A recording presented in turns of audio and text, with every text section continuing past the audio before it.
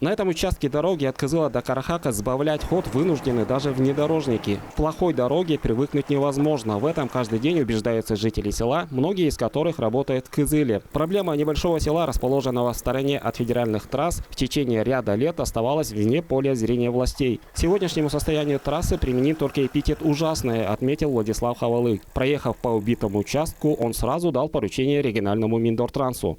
То есть люди, проживающие там, зачастую многие из них работают в городе Кызыле. Соответственно, нужны хорошие дороги для передвижения. Это получается каждый день человек, так сказать, утром едет на работу, вечером домой. Должны быть нормальные, удобные, хорошие, так сказать, ухоженные дороги. В связи с этим, когда ездили в село Карахак, обратил внимание на очень ужасное состояние дорожного полотна.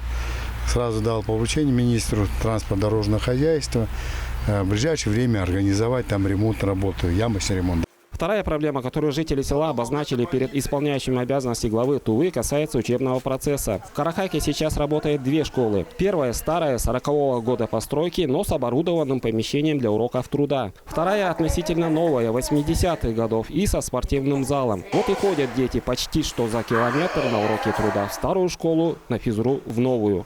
Проблема у нас стоит в том, что здание считается старой, аварийной. Мы хотим, чтобы правительство нашей республики, администрация нашего Калжуна, Министерство образования построили нам новую школу.